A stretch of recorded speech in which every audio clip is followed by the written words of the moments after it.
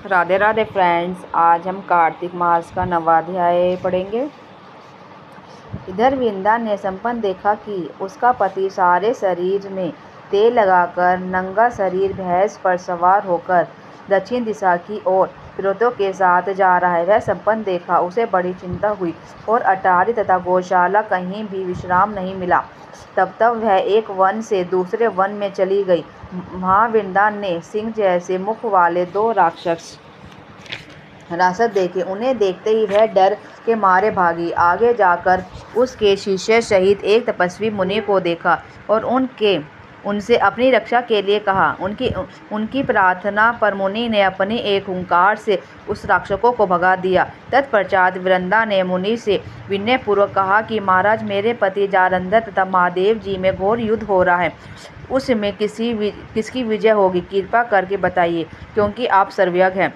यह सुनकर मुनि ने ऊपर को देखा। उसी समय दो बंदरों ने आकर मुनि को प्रणाम किया और मुनि के संकेत पर वे दोनों बंदर वहां से चले गए। फिर थोड़ी देर बाद वे दोनों आकाश की ओर से आए और उन्होंने कहा, वहाँ जालंधर देवता का सिर और धड़ लाकर फेंक दिया। वृंदा अपने पति को मृत शरीर को देखकर बहुत दुखी हुई और रोने लगी। तत्पश्चात मूर्छित होकर पृथ्वी पर गिर गई। मुनि ने अपने कमंडलों से उस पर जल छिड़का तो उसे चेतनता आई। तब वह पूर्ण विलाप करती हुई मुनि से बोली कि महाराज, जिसने देव, गंधर्व और विष्णु सहित तीनों लोगों को जीत लिया है, वह शिव के हाथ से कैसे मारा गया है। हे मुने, आप बड़े सामर्थ्यवान हैं। किसी प्रकार मेरे पति को फिर से जीवित कर दीजिए। तब मुनि कहने लगे कि शिवजी के हाथ से मरे हुए को कौन जीवित कर सकता है, परंतु फिर भी तुम पर कृपा करके हम इसको जीवित कर देते हैं।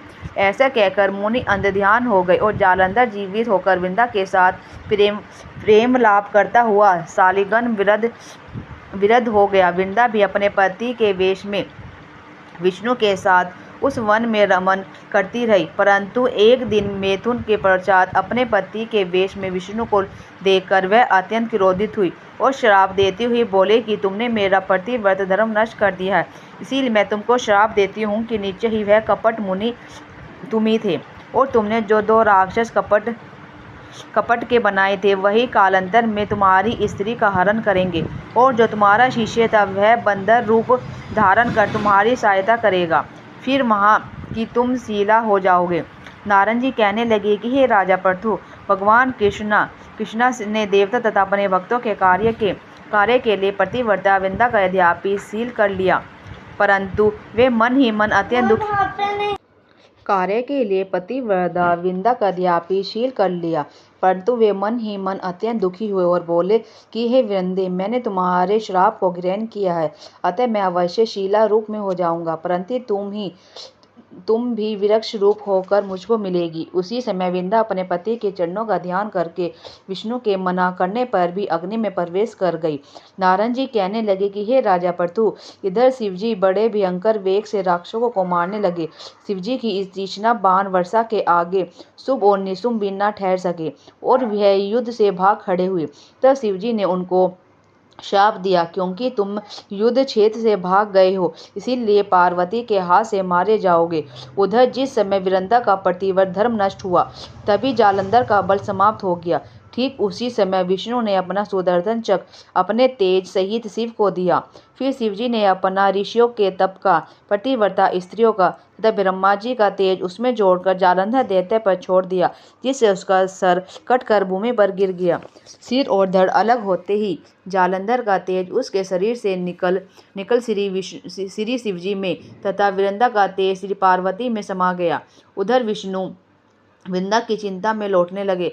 तब सब देवताओं ने शिवजी की स्तुति की और कहा कि महाराज, जालंधर को मारकर आपने देवताओं का बड़ा उपहार किया है, परंतु कहीं महान अनर्थ हो गया है, कृपया करके उसका भी कुछ उपाय कीजिए। भगवान विष्णु वृंदा के प्रतिव्रत धर्म से मोहित होकर लगातार उसकी चिता भस्म पर लेट रही हैं और किसी प्रकार का विश्राम नहीं कर रही हैं। तब शिवजी ने कहा कि हे देवताओं, तब सब भगवान की योग माया की शरण में जाओ, वहीं सब संकट हरेंगी।